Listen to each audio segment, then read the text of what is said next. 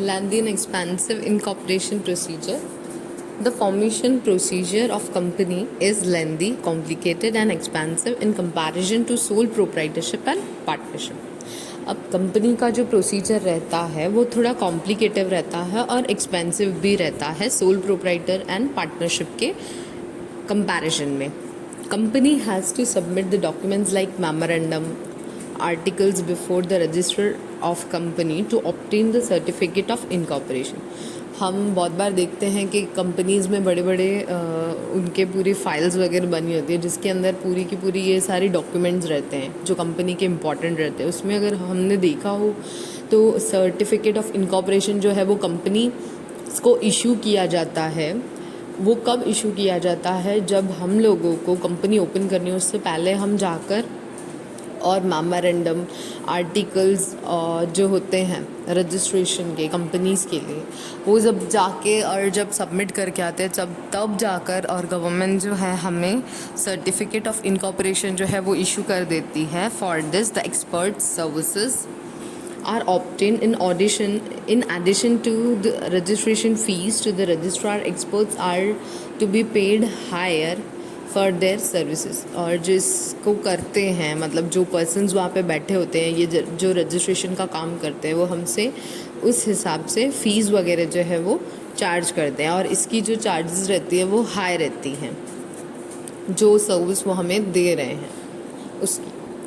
Second, legal restrictions. A company comes into existence by law. Company has to observe legal provisions during its lifetime. The statement, reports, accounts are to be submitted to the registrar.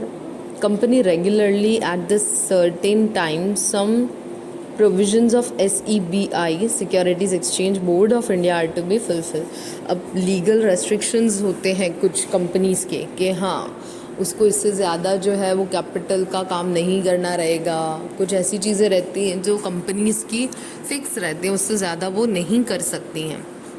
तो ये जो सारे statements जैसे कि reports हैं accounts जो भी submit करने हैं जो भी चीज़ें हैं वो जाके और पहले सबमिट करना रहता है. उसके बाद जो SEBI है जो securities exchange board of India है उसकी जो भी गाइडलाइंस है वो फॉलो करनी रहती हैं एंड उसके अकॉर्डिंग जो भी हमें चीज़ें करनी हैं अकॉर्डिंगली हमें उन चीज़ों पर ध्यान देना पड़ता है ताकि हमें प्रॉब्लम ना हो. और according to that only we have to follow the all rules and regulations. Third, increase in administration expenses. Administrative expenses increases due to high fees to experts, attractive salaries of specialized officers, expenses on research. अब ये जो expenses है वो बढ़ जाते हैं क्यों? क्योंकि उसकी हाई फीस जो है वो जो हमें पे करनी रहती है एक्सपर्ट्स को. जो एक्सपर्ट्स हमें सलाह देते हैं कि आपको इस काम में ऐसा करना चाहिए उस काम में वैसा करना चाहिए तो वो लोग जो हैं अकॉर्डिंगली चार्जेस भी हमसे चार्ज करते हैं. फिर सैलरी जो है स्पेशलाइज्ड ऑफिसर्स होते हैं लाइक कोई परचेज़ का पर्सन होगा कोई सेल्स का पर्सन होगा कोई मार्केटिंग का पर्सन होगा तो वो सब जो है उसमें एक्सपर्ट्स होंगे उनके अकॉर्डिंगली. तो जो स्पेशल पर्सनस हैं उनकी सीधी सी चीज़ें जो मेन ऑफिसर्स हैं उनकी सैलरीज भी वैसी हाई रहेंगी.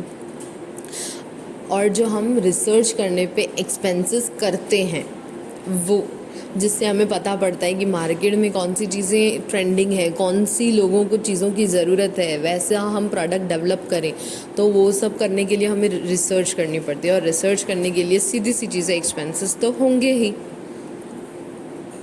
Fourth, autocratic management. Autocratic management का मतलब ये होता है जो भी कंपनी के मैनेजर्स हैं या जो हेड पर्सन्स हैं वो अपने सबॉर्डिनेट्स को न देखते हुए उस टाइम पे भाई हाँ ये काम हमारा होना चाहिए उस अकॉर्डिंग जो उनको लगता है कि ये काम तो मुझे कैसे भी करके करवाना ही है ओवर टाइम करवाना पड़े चाहे कुछ भी करना पड़े लेकिन ये वर्क मुझे कंप्लीट करना ही है करवाना ही है. तो उस टाइम पे वो लोग जो है क्या करते हैं सबॉर्डिनेट्स का न सोच के कंपनी का सिर्फ सोच कर और काम लेते हैं. Though many rights are entrusted to the members by law, enjoy nominal power due to voting per share, some persons get control over the groupism and imposes their desires. They use companies money, assets, secret information for their personal interest and selfishness. मतलब कि जो ये high authorities हैं जिनको जो manager की post पर हैं या बड़ी बड़ी पोस्ट पर हैं, वो लोग क्या करते हैं बहुत बार पर्सनल इंटरेस्ट के कारण, मतलब पर्सनल खुद का कोई काम निकालने के कारण कंपनी का पैसा यूज़ करते हैं, कंपनी की असेट्स यूज़ करते हैं, कंपनी की पर्सनल जो इन्फॉर्मेशंस हैं वो यूज़ करते हैं और ख़ुद की जो उनकी डिज़ायर है वो फुलफ़िल करते हैं। तो ये चीज़ बहुत गलत है, ये उसका सबसे बड़ा लिमिटेशन है। Difficulty in maintaining secrecy. Company has to get audited compulsorily its final accounts and to furnish the members register of company other certain informations like redemption of debentures, bonus share are also to be established as per the law. Thus it is very difficult to maintain secrecy जो है वो maintain नहीं हो पाती है। क्यों? क्योंकि company है तो सीधी सी चीज़ है, उसमें आपस में कुछ लोग होंगे जो कोई भी डिसीजन लेने से पहले चीज़ों को डिस्कस करते होंगे। तो डिस्कस करते होंगे मतलब वो जो चीज़ है वो एक या दो के बीच में तो नहीं है, उनसे ज़्यादा ही है। अगर इतने लोगों को पता पड़ेगा, सपोज मैनेजमेंट के कुछ 7 to 10 पीपल्स हैं, वो लोग अगर इस चीज़ को करते हैं तो अगर उन सबको पता है, ये 8-10 लोगों को पता है, तो सब एक जैसे तो होंगे नहीं कि हाँ ये कंपनी का इन्फॉर्मेशन है, हमें बाहर आउट नहीं करना है। वो ऐसा नहीं सोचेंगे, उनको लगेगा कि हाँ अगर उनकी वो चीज़ कहीं पे काम आ सकती है तो वो लोग उस चीज़ को, उस इन्फॉर्मेशन का जो है वो मिसयूज़ भी कर सकते हैं। तो सीक्रेसी जैसा जो है वो रह तो जाता ही नहीं है। Then next is delay in policy decisions.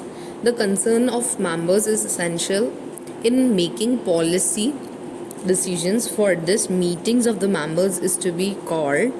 Notice of meeting is to be furnished to the members advance before certain days. Resolution is to be passed in meeting. For all these time wasted, decisions are delayed.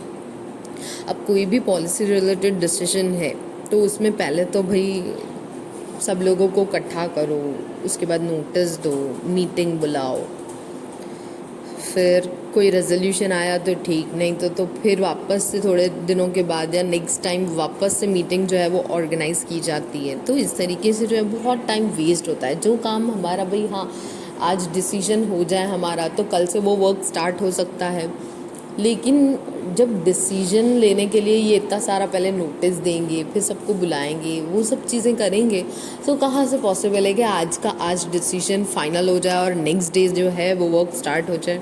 No, it's not possible ना। तो इस वजह से बहुत delay हो जाता है policy decision लेने में। 7th, less flexibility. Lesser element of flexibility is there in company firms as compared proprietor and partnership. A resolution is to be passed in the general meeting to make important changes. Approval of certain government central government and court is required in some circumstances. बहुत बार क्या होता है कि ये जो है उसमें less flexibility रहती है। वाई? बिकॉज सोल प्रोप्राइटरशिप ने सपोज़ ऐसा कोई डिसीजन लिया कि भाई मुझे ये काम जो है वो कल करना है, लेकिन उसको लगता है कि नहीं आज का दिन मेरा वेस्ट हो रहा है, मैं आज ही कर देता हूँ ये काम, तो वो जो है वो अपने अकॉर्डिंग जो है अपने डिसीजंस चेंज कर सकता है। पार्टनरशिप हो तो भी ये चीज़ हो सकती है। तो अगर वो लोग ऐसा सोचते हैं कि ये काम हम कल करें, उसका हम आज करके ख़त्म कर दे, तो वो लोग ईजीली इस चीज़ को कर सकते हैं।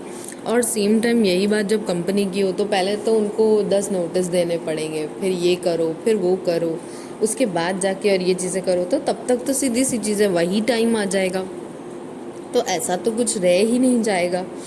तो इसलिए जो है वो कम फ्लेक्सिबल है। अकॉर्डिंग टू टाइम जो है हम उसको जल्दी से चेंज नहीं कर सकते हैं। उसमें काफ़ी अगर कोई ऐसी चीज़ें हों तो वो कोर्ट्स वगैरह में भी हमें जाना पड़ता है, फिर अप्रूवल भी लेने पड़ते हैं गवर्नमेंट से। तो कुछ सर्कमस्टेंसेस अगर ऐसे आ गए तो हमें ये चीज़ें भी करनी पड़ती हैं। इसलिए जो है अगर इसी की जगह पे सोल प्रोप्राइटरशिप या पार्टनरशिप फॉर्म होता है तो उसको जाके और गवर्नमेंट से ऐसा कोई परमिशन या अप्रूवल का नीड नहीं रहता और ये चीज़ जो है बहुत जल्दी हो भी जाती। Next, encouragement to speculation. Artificial changes in the stock market encourages speculation as the directors are acquainted with the separate information of company. The speculation in the affects the economic interest of small investors. जो share market के peoples होते हैं वो लोग क्या करते हैं, उनको पता पड़ जाता है, जो इन्वेस्टर्स होते हैं उनको, कि आज मार्केट कम है तो कल जो है वो ज़्यादा हो जाएगा। तो जो मैनेजर्स वगैरह हैं वो लोग ही उन लोगों को इन्फॉर्मेशन ऐसा देते हैं, और वो इन्फॉर्मेशन देते हैं तो सीधी सी चीज़ है कि वो लोग आज कम प्राइस है तो उसको परचेज़ कर लेते हैं, नेक्स्ट डे जैसे ही उसका प्राइस हाई हो जाता है तो उसको सेल आउट कर देते हैं और अपना प्रॉफिट जो है वो ले लेते हैं। अब नेक्स्ट पॉइंट है 9th, disadvantages to the society. अब इसमें क्या होता है ना, प्रॉब्लम होती है एम्प्लॉयज़ की। एम्प्लॉयज़ जो है बहुत बार स्ट्राइक कर लेते हैं। उसके अलावा lock out by employers and etcetera. बहुत बार एम्प्लॉयर्स जो है उन्हें निकाल देते हैं, ये चीज़ होती है। मोनोपोलिस्टिक एवल्स होते हैं, ये सारी जो है प्रॉब्लम सब अराइज होते हैं। इस वजह से जो है सोसाइटी के अंदर अनइक्वल वेल्थ का डिस्ट्रीब्यूशन होता है, प्रॉपर्ली इनकम जो है वो डिस्ट्रीब्यूट नहीं हो पाती है। ये सबसे बड़ा डिसएडवांटेजेस है हमारी सोसाइटी के लिए।